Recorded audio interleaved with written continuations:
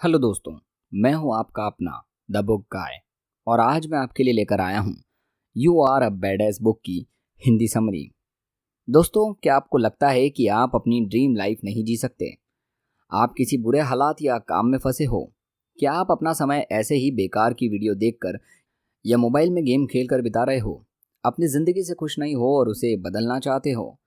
Author की भी जीवन आप जैसी ही थी, पर उन्होंने एक दिन फैसला किया कि वो अपने जीवन में बदलाव लाएंगी।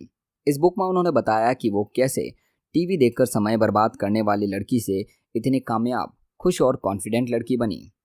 हम सब यही बातें कर रहे हैं कि you are a bed rest summary से सीखेंगे। ये बुक आपको खुद से ज़्यादा प्यार करना, खुद को एक्सेप्ट करना सिखाएगी।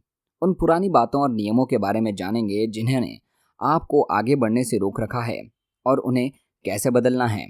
दोस्तों, इससे आप ये भी जानेंगे कि कैसे छोटी छोटी चीज़ों के लिए धन्यवाद देना, अपना दिल बड़ा करके लोगों के साथ अपनी चीज़ें बांटना और माफ़ करने की सोच रखने से आप जीवन में कितना बदलाव ला सकते हैं। आप ये भी सीखेंगे कि अपने मन को ऐसे विचारों से भरना चाहिए जो आपको एक कमाल का और एक खूबसूरत जीवन जीने में मदद करेगा। तो चलिए शुरू करते हैं book summary. My subconscious mind made me to do it. हम बचपन से जिस माहौल में पले बड़े होते हैं, जो कुछ भी सुनते हैं, सीखते हैं, वही बातें और विश्वास हमारे अवचेतन मन में छप गई होती है। हमारे बड़े होने जाने के बाद भी वो बातें वैसी ही रहती हैं। हमें तो इस बात का पता भी नहीं चलता कि बड़े होने के बाद हमारे पसंद नापसंद सब पर हमारे माता पिता द्वारा सिखाई गई बातों का गहरा असर होता है। सोचिए कि आपके पिता की नौकरी या बिजनेस सही से नहीं चल रहा, जिसकी वजह से पैसों की तंगी रहती है। वो हमेशा शिकायत करते हैं कि पैसा कमाना कितना मुश्किल है। वो अपना सारा गुस्सा फर्नीचर पर लात मारकर निकालते रहते हैं। उनका स्वभाव चिड़चिड़ा हो गया है। वो आपके साथ समय नहीं बिता पाते क्योंकि वो एक सुखी जीवन जीने के लिए पैसे कमाने की कोशिश में लगे रहते हैं। एक बच्चे के रूप में आपके अवचेतन में वो सारी बातें बैठ जाएंगी। आपके मन में ये बात बैठ जाती है कि पैसा कमाने का मतलब है मुश्किलों का सामना करना। इसे कमाना कितना मुश्किल है, यह कितना दुख देती है। और इसी की वजह से आपके अपने आप के साथ कभी समय नहीं बिता पाते। बड़े होने पर हो सकता है कि आप भी पैसा कमाने और उसे बचाने को लेकर दुख और तकलीफ महसूस करेंगे। पैसा कमाने के बाद भी आपको हमेशा लगेगा कि ये भी कम है। या ऐसा भी हो सकता है कि आपके पास बहुत पैसा होगा, लेकिन आप उसे खर्च करके बर्बाद कर देंगे, क्योंकि आपके मन में ये बात बैठ चुकी है कि ज़्यादा पैसा मतलब है उस इंसान को खो देना जिससे आप प्यार करते हैं। आपको पता भी नहीं चलता कि आपका अवचेतन मन एक परछाई की तरह हमेशा आपके फैसले पर अपना असर डालता है। इसलिए हमें सही बातें और सही चीज़ों में अपने अवचेतन मन को दिशा देनी चाहिए, क्योंकि हमारा अवचेतन मन ही हमारे जीवन का ब्लूप्रिंट है। जैसे विचार हम इसमें बोएंगे, वैसे ही जीवन हमें मिलेगा। लेखिका कहती हैं कि इस यूनिवर्स में हर चीज़, चाहे वो जीव हो या निर्जीव, सबकी एक फ्रीक्वेंसी होती है। उसी तरह हमारे विचारों की भी एक फ्रीक्वेंसी होती है। बचपन से जो विचार लेके हम बड़े हुए हैं, उसी के हिसाब से हमारा सबकॉन्शियस माइंड हमारे जीवन में उन्हीं चीज़ों को आकर्षित करता है। Present as pigeon. एक कबूतर सिर्फ आज में जीता है। वो मस्त खाने की तलाश में यहाँ से वहाँ घूमता है। पेट भर खाने के बाद वो संतुष्ट और खुश हो जाता है। ना वो आने वाले कल की चिंता करता है और ना ही बीते हुए कल का दुख करता है। पर इंसान हर वक्त चिंता में डूबा रहता है। हम छोटी छोटी बात की शिकायत में ऐसे खोए रहते हैं कि हमारे आसपास हो रहे चमत्कार हमें दिखाई नहीं देते। जो अभी की खुशी है उसे हम महसूस नहीं करते। हमारे पास ऐसे कई सारे आधुनिक साधन हैं जिससे हमारा जीवन कितना आसान हो चुका है, पर हमारी इस पर नज़र ही नहीं जाती। क्या हमें अपने करीब कभी ऐसी चीज़ों की कदर करने के लिए मौत को करीब से अनुभव करना होगा? हमें बच्चों और जानवरों से सीखना चाहिए कि कैसे वो उस पल में जीते हैं, छोटी छोटी बातों में खुश हो जाते हैं। आपके पास ज़िंदगी में कितना कुछ है, उन सब दुआओं और आशीर्वाद को देखिए। इस बात पर भरोसा रखिए कि आज अगर कुछ अच्छा करेंगे तो आपके पास सिर्फ अच्छी चीज़ें ही आएंगी। अभी जो पल है उसमें जीना सीखिए। बीते हुए कल की चिंता ना करें और ना ही आने वाले कल की। अभी जो पल हैं वो खास हैं। आपके साथ जितनी भी अच्छी चीज़ें हो रही हैं उस पर ध्यान दीजिए। जीवन में आपको जो भी चाहिए वो सब कुछ यहाँ पहले से है। जो पैसा आप कमाना चाहते हैं, जो खुशियाँ आप पाना चाहते हैं, वो सब यहाँ मौजूद है। बस इसे आपको अपने जीवन का हिस्सा बनाने की ज़रूरत है। उदाहरण के तौर पे photon, electron, negative, positive energy, चुंबक की शक्ति, ये सब धरती पे हमेशा से थी। इसकी शक्ति को पहचान कर बिजली के रूप में इस्तेमाल करने की खोज निकोला टेस्ला ने की थी। कहने का मतलब यह है कि आप जिन चीज़ों को पाने की इच्छा रखते हैं वो तो पहले से ही यहाँ पर है, बस आपको उसे देखने की ज़रूरत है और समझने की ज़रूरत है आप उसे कैसे हासिल कर सकते हैं। Love the one you is. आपका जन्म कब हुआ था? आप गहरी सांस लिया करते थे, जैसे मन करता था वैसे नाचते थे, गाते थे, खुलकर जिया करते थे, खुश रहते थे, खुलकर प्यार करते थे।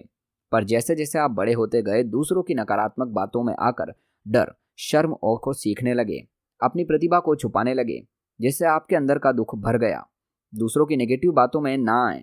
छोटी सी तो जिंदगी है, इसे खुलकर जिएं, इसे अपने सपनों को हासिल करने में लगाएं। जिस चीज़ से आपको खुशी मिलती है वो करें। आप बहुत खास हैं, इस पूरी यूनिवर्स में आप जैसा कोई नहीं है। खुद को अपनाएं, प्यार करें, दूसरों को खुद से कंपेयर ना करें। ऐसा करने से आप इस यूनिवर्स का और अपने काबिलियत का अपमान कर रहे हैं।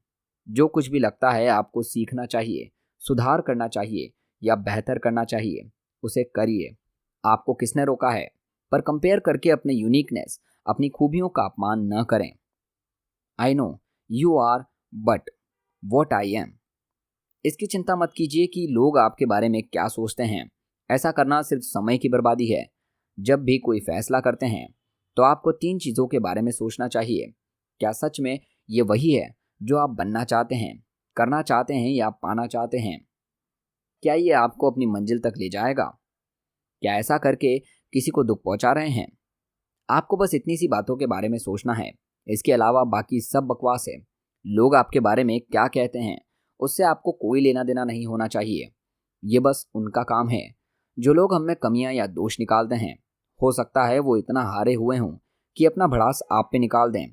बिल्कुल परवाह मत कीजिए ऐसी बातों का, बिंदास रहिए। इस सोच से आप ज़्यादा खुश रहे हैं। वो कीजिए जो आपको करना पसंद है। राइट ब्रदर्स जब हवाई जहाज बनाने का सोच रहे थे, उसी समय कई लोग उन्हें पागल कहते थे। बोलते थे कि यह संभव नहीं कि कोई ऐसा विमान बन सके जो हवा में उड़ सके और लोगों को एक जगह से दूसरी जगह तक ले जाए। पर राइट ब्रदर्स ने किसी की परवाह नहीं की और उन्होंने उस सदी को सबके चौंका देने वाला काम करके दिखाया। लोगों का तो काम ही है कुछ न कुछ बोलना। जो लोग नेगेटिव बोलते हैं, ये इस बात से दिखता है कि वो जीवन के लिए कितना नेगेटिव हैं। अपने खुशियों को, अपने सपनों को नेगेटिव बातों से मत कुचलिए। हर संभव चीज पहले एक सपना होती है और फिर लगातार प्रयास से वो हकीकत बन जाती है। Give and let give. किसी को कुछ देना या बांटना जीवन की सबसे बड़ी खुशियों में से एक है। ये एक बहुत प्यारी और शक्तिशाली भावना है। मिशेल को मल्टीक्लोरोसिस की बीमारी थी, जिससे ब्रेन का सिग्नल ठीक से बॉडी को नहीं मिल पाता था, जिससे सही से बैलेंस रखने में, देखने में आदि सब समस्या शुरू हो जाती थी। उसने मेंटर ने इलाज के दौरान उसे 29 दिन में 29 चीज़ों को छोड़ने के लिए कहा था। पहले तो उसने ये बात ही नहीं मानी, पर बाद में बीमारी बढ़ने के कारण उसने सोचा क्यों ना इस पे अमल किया जाए। पहले दिन उसने अपनी एक बीमार दोस्त को फ़ोन पर बात की, फिर अपने पड़ोसी को कुकीज़ बना के दी। हर दिन वो कुछ ना कुछ अच्छा करती रही, दूसरों की मदद करती रही। इससे उसे अच्छा महसूस होने लगा। 14वें दिन वो इतना अच्छा महसूस कर रही थी कि वो यकीन ही नहीं कर पा रही थी। इसके अलावा उसे बिजनेस में काफ़ी प्रॉफिट भी हुआ। उसने उसके बारे में ब्लॉग लिखना भी शुरू किया और दूसरों को भी ऐसा लिखने करने के लिए कहने लगी। उसकी ब्लॉग जो दुनिया भर में हजारों लोगों ने पढ़ा। ये ब्लॉग इतना पढ़ा गया कि मिशेल 29 गिफ्ट्स नाम की एक बुक भी लिख पाई। अगर आप चाहते हैं कि ज़िंदगी में अच्छे मौके, अच्छी चीज़ें आपके पास आएँ, तो पहले देना सीखिए। ये यूनिवर्सल लॉ है। हर एक्शन का कोई ना कोई रिएक्शन जरूर होता है। आप जितना देंगे उससे कहीं ज़्यादा आपके पास वापस आएगा। Gratitude the gateway drug to awesomeness. जब आप किसी बात को लेके थैंक यू बोलते हैं तो इसका मतलब सिर्फ ये नहीं कि आप अच्छे मैनर हैं। ये बताती है कि आपको जो कुछ भी अच्छी चीज़ मिली है उसे आप खुशी से अपनाते हैं और उसकी पूरी दिल से कदर करते हैं। जब हम धन्यवाद बोलते हैं तो हमें अच्छा लगता है और सामने वाले को अच्छा महसूस होता है। इससे एक पॉजिटिव एनर्जी का प्रभाव होता है। धन्यवाद बोलना हमारे जीवन में और ज़्यादा दुआएं और खुशियों को लाता है। जब कोई बुरी घटना होती है तो उसमें भी कुछ अच्छाई को ढूंढने की कोशिश कीजिए। उदाहरण के तौर पे आप बच्चों को लेकर स्कूल जा रहे हों और आपका टायर पंक्चर हो जाए तो चिड़चिड़ होने के बजाय ये सोचिए कि आपको थोड़ा समय मिल गया अपने बच्चों के साथ वक्त बिताने का। उन्हें आप ये सिखा सकते हैं कि ऐसे अचानक हुए हादसों से कैसे निपटना चाहिए और उनका दिन कैसा है ये पूछ सकते हैं, या कोई खेल भी खेल सकते हैं। हम ज़्यादातर दिन भर क्या हुआ, बुरा क्या हुआ सोचते रहते हैं, पर उस दिन में अच्छी बातों को हम भूल जाते हैं। कोई भी छोटी छोटी अच्छी बातें, जैसे आपने कोई सुंदर फूल देखा या कोई अच्छी बात सुनी या फिर हम अच्छे से खाना खाया, कुछ भी अच्छी चीज़ जिस पे हम ध्यान ही नहीं देते। रोज़ एक थैंक यू नोट लिखा करिए। दिन भर में हुई हर छोटी बड़ी अच्छाई को नोट कीजिए और उसका धन्यवाद कीजिए। यह आपको और ज़्यादा पॉजिटिविटी की तरफ ले जाएगा। आपका मन अच्छा रहेगा और आपको और ज़्यादा खुशी और दुआएं मिलेगी। फॉरगिव और फेस्टर, जो भी चीज़ आपको गुस्सा दिलाती है या जिसके कारण आप चिढ़ होती है, उसे जाने दीजिए, छोड़ दीजिए।